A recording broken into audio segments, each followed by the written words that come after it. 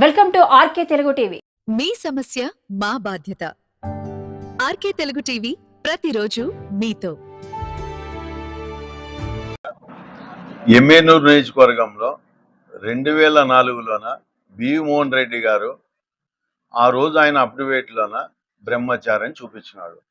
మళ్ళీ ఈరోజు జయనాయస్ రెడ్డికి ఓటు హక్కు ఎట్లా వస్తుంది? ఎమ్మెనూరులో జయనాగేశ్వర్ రెడ్డి ఏం మాట్లాడుతున్నాడు? మావిగన్ అని చెప్తే మెంటల్ గన్ అంటాడా? మావిగన్ స్టాండ్తో జగన్మోహన్ రెడ్డి అన్న చెప్పినాడు. అమరావతితో తెలుగుదేశము, మావిగన్తోనూ వైఎస్ఆర్సీపీ పార్టీ. రాజధానిలో రైతులు పడుతున్నటువంటి కష్టాలు మీరు చూస్తున్నారా? ఈరోజు అక్కడ ఉన్నటువంటి రైతులకి ఈ రోజుకి వాళ్ళకి ఇచ్చే ఇష్టం లేదు ల్యాండ్ పూలింగ్లో భూములు అని చెప్పి వైఎస్ఆర్సీపీ పార్టీ ఆఫీసుకు వచ్చి వాళ్ళు ప్రత్యేకంగా మీరు మాకు సహకరించండి అని చెప్పి వైఎస్ఆర్సీపీ పార్టీ పెద్దల్ని కలిసి అందుకోసము పోతా ఉంటే అక్కడ పోతున్నటువంటి నాయకుల పైన తెలుగుదేశం పార్టీ గూండాలను పెట్టి ఎమ్మెల్యేల పైన కోడిగుడ్లు లేపించి రాళ్ళు లేపించి ఇంత దౌర్జన్యం చేస్తారా? మీకు అమరావతిలోన మీకు అంత పట్టు ఉంటే ప్రజలు మీకు అంత స్వచ్ఛందంగా వస్తే వైఎస్ఆర్సీపీ నాయకులు మీరు స్వాగతించాలా? ఎందుకు మీరు భయపడుతున్నారు?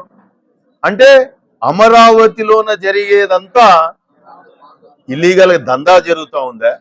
రాజధానిలోన అక్రమ వ్యాపారం రియల్ ఎస్టేట్ జరుగుతూ ఉందని ఒక భయమా మీకు? ఇంకోటి, మన జయనాగేశ్వర రెడ్డి ఈ మధ్య ఎమ్మెనూరులో కొత్త మాట మాట్లాడతాడు. గొడ్డల పార్టీ తల్లి చెల్లిని చూడలేదా అంటారు. నువ్వెవరు చూస్తున్నావు? నిన్ను నమ్ముకున్న కార్యకర్తల్ని నువ్వు ఏం చేస్తున్నావు? ఎమ్మెనూరులో ప్రజలు బయట ఏం మాట్లాడుతున్నారు? వాళ్ళు వచ్చి ఏం మాట్లాడుతున్నారో తెలుసా నీకు? కనుక్కో. వెనుపోటు నువ్వు ఎవరికి పొడుస్తున్నావు అనేది ప్రజలే చెప్తారు ఎమ్మెనూరులో రాబోయే రోజుల్లో నీకు. కాబట్టి అదేమంటారు కదా, పిల్లి కండ్లు మూసుకొని పాలు తాగితే ఎవరు చూడలేదని అనుకుంటున్నారు. ఎమ్మెనూరు ప్రజలు చాలా బుద్ధివంతులు. మీ నాన్నని గౌరవించినారు బివి మోహన్ రెడ్డి అంటే ఒక గౌరవంతో. అప్పట్లో ఆయనకుండే గౌరవంతో ఈ నాయకులు మీ పైన ఇంకా ఉన్నారు.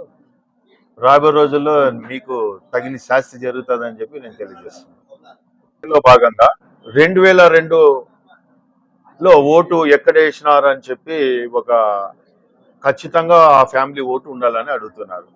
ఆ ఓటులో భాగంగా ఇప్పుడు కొంతమంది ఎక్కడో స్థిరపడి ఉంటారు, లేకుంటే వాళ్ళు ఇప్పుడు 15 రోజులు 20 రోజులు టైం ఇచ్చినారు.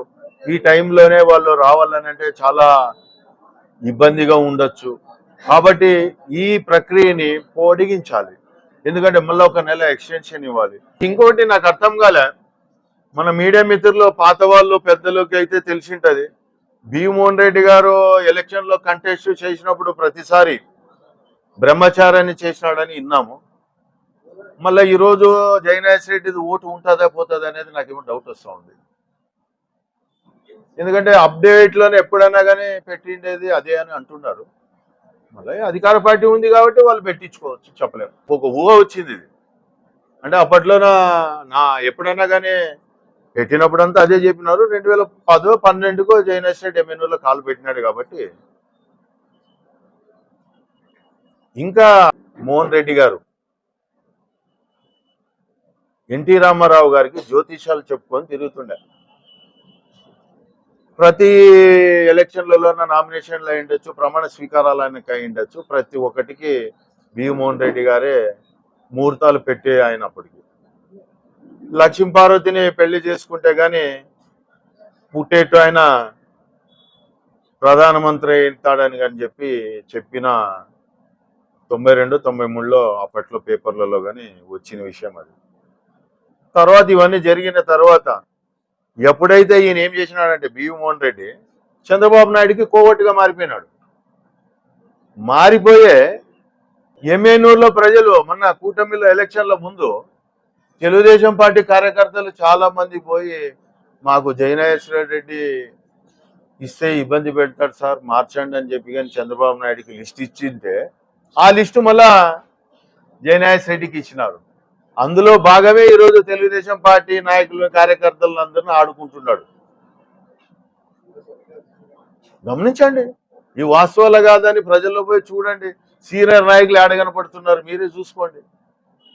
కాబట్టి మీరు వెన్నుపోటు పార్టీ, నమ్మినోళ్ళని మోసం చేసిండేది రామారావుకి మీరు, మీ పార్టీ, చంద్రబాబు నాయుడు అందులో భాగము బివి మోహన్ రెడ్డి గాని ఉన్నాడని చెప్పి నేను తెలియజేస్తున్నాను.